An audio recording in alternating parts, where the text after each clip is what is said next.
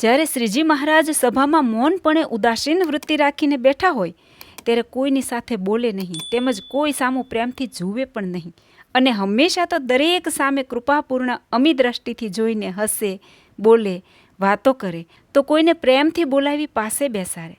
જ્યારે શ્રીજીની દ્રષ્ટિમાં આમ અચાનક ફેરફાર થતો ત્યારે વિવેકી ભક્તો સમજી જતા કે આજે કોઈએ આજ્ઞા લોપી હશે, અગર સત્સંગનું હીણું દેખાય તેમ કોઈએ કર્યું હશે.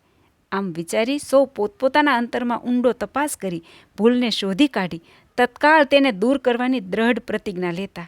અને શ્રીજી પોતે આનંદમાં ન હોય એ જોઈને પ્રેમી ભક્તોને ચેન પડે નહીં, કારણ કે શ્રીજીની એ ટેવ હતી કે જ્યારે પોતે ઉદાસ થઈને બેઠા હોય ત્યારે કોઈના બોલાવ્યા સિવાય પ્રથમ પોતે બોલતા નહીં.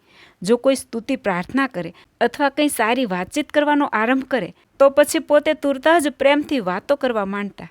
જ્યારે આવા પ્રસંગ ઉપસ્થિત થતા ત્યારે સુરા ખાચર સમય જોઈને રમૂજ ટૂચકા કહેતા.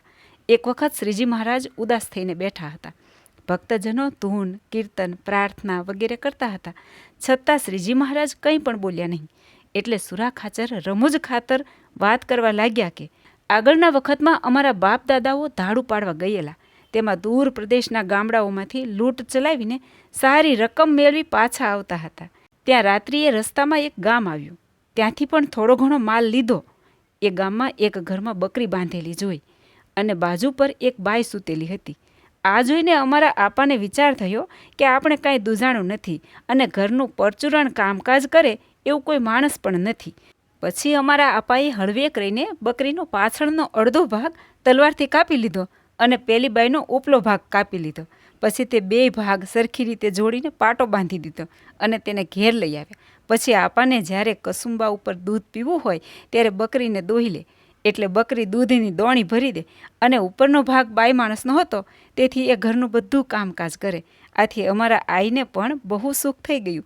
આમ અમારા આપાની અક્કલ હોશિયારીથી ઘરમાં બકરીનું દૂજાણું અને કામ કરનારી બાઈ એ બંનેથી ભારે સગવડ થઈ ગઈ હતી. આ વાત સાંભળીને શ્રીજી મહારાજ ખૂબ હસી પડ્યા અને સુરા ખાચરને કહ્યું કે તમને ગપ્પા જોડતા ભારે આવડે છે.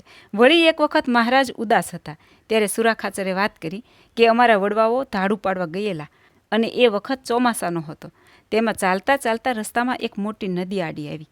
તેમાં પાણી ઘણું હતું, પણ અંધારી રાતમાં બરાબર કાંઈ જણાતું ન હતું. તેથી નદી ઉતરી શકાશે કે નહીં એ જાણવા માટે એક જેને ગરાસ ન હતો તે કાઠી સાથે હતો તેને કહ્યું કે તું તારું ઘોડું પહેલાં પાણીમાં ઉતારીને તપાસી જો, ઉતરી શકાય તેમ હોય તો ઉતરીએ. પછી એ આડા કાઠીએ પોતાનું ઘોડું નદીમાં ઉતાર્યું. ત્યાં તો પાણી ઊંડું ને પ્રવાહ જોરદાર હતો, એથી ઘોડા સહિત એ નદીમાં તણાવા લાગ્યો. બહાર નીકળવાનો દાખલો કર્યો પણ નીકળી શકાયું નહીં. કાંઠે ઊભેલાએ પૂછ્યું કે કેમ નદી ઉતરી શકાશે કે નહીં? ત્યારે પહેલાં તણાઈ રહેલા કાઠીએ વિચાર્યું કે હું એકલો જ તણાઈ જાઉં એ ઠીક નહીં. આથી એ ત્રો ત્રો એમ કહેવા લાગ્યો. એટલે બીજાએ ઘોડું પાણીમાં નાખ્યું અને એ પણ તણાવા લાગ્યો, એટલે તે પણ ત્રો ત્રો કરવા લાગ્યો. આથી સર્વેએ જાણ્યું કે ઘોડાને પાણી પાય છે, માટે નદી ઉતરવામાં કાંઈ હરકત નથી. પછી તો બધાએ એક સાથે ઘોડા નદીમાં નાખ્યા, પણ પાણી ઊંડું ને પ્રવાહ જોરદાર હતો, તેથી મારા દીકરા બધાય તણાઈ ગયા, પણ એકેય સાચું બોલ્યા નહીં. આ વાત સાંભળીને મહારાજ કહે પોતાના બાપ દાદાની વાત કરે છે અને મારા દીકરા બધાય તણાઈ ગયા એમ બોલે છે, કાંઈ બોલવાની ગમ છે? આમ સુરા ખાચર હર વખત ટૂચકાઓ કરીને મહારાજને રાજી કરતા. જય શ્રી સ્વામિનારાયણ.